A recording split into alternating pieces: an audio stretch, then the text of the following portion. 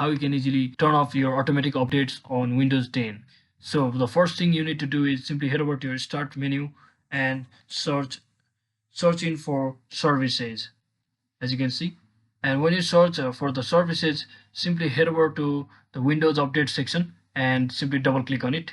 And once you double click on it, what I want you to do is head over to this startup type section and simply click on disable it and hit apply and hit OK. Once you do that, what I want you to do next is simply head over to the recovery section from the general tab.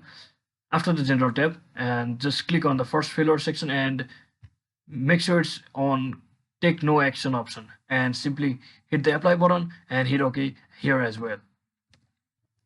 So once you do everything I mentioned before, simply head over to search section, run section by clicking Windows plus R and type in the following keywords, that is gpedit.msc, and once you click on, simply hit the enter button and you will be redirected to this page where you will have to click on the local computer policy, that is click on the administrative template, and once you're inside here, simply click on Windows component, and from over here make sure you find out the Windows update section.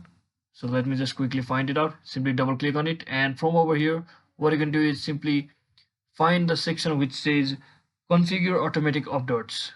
As you can see, I've already found it, so you just need to search it, and once you double click on it, make sure you disable it, and from over here and once you disable it, simply click on apply and hit the OK button. So once you do those things, your issue should be fixed. So hope this video was helpful. If it was, don't forget to like and subscribe to the channel. See you on the next one.